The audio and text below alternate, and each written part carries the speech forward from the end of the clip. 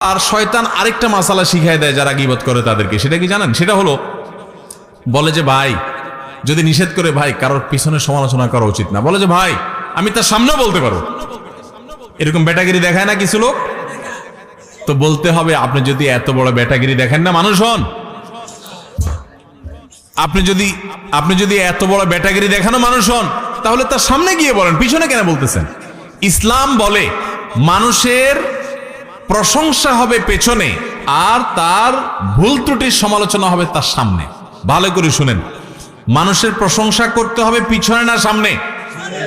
পিছনে। সামনে প্রশংসা করা যাবে এইটা যেই মাহফিলে বসে বলতেছি, এই মাহফিলের স্টেজেই হয়তোবা আমার নামার আগে খুব একটা বলে না আজকে বিভিন্ন মাহফিলে যেটা হয় যে বক্তারে বসায় রেখা পোস্টারে 5 মাইল লম্বা তার প্রশংসা লেখে, আছে না নাই?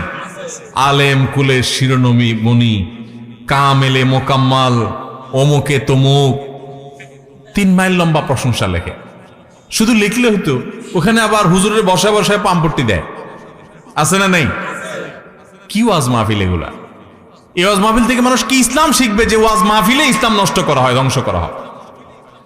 মানুষের সামনে প্রশংসা করা পরিষ্কারভাবে হাদিসে নিষেধ।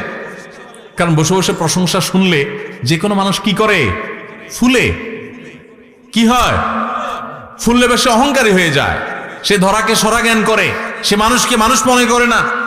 এটা মানুষের প্রত্যেকটা মানুষের ভিতরে হয় কম বেশি। আপনি যদি বলেন না আমারে বাতাসে ধরে না, আপনি এটা ভাব নিছেন। বাতাসে ধরে না এমন কোনো মানুষ নাই। আপনি বলবেন রেলের চাক্কা আমি হাওয়া দিয়া লাভ নাই, এটা মুখের কথা। প্রত্যেকটা মানুষ সামনে প্রশংসা শুনলে তার ভিতরে কি আসে? অহংকার। এই জন্য এটা নিষেধ ইসলামে। ইসলাম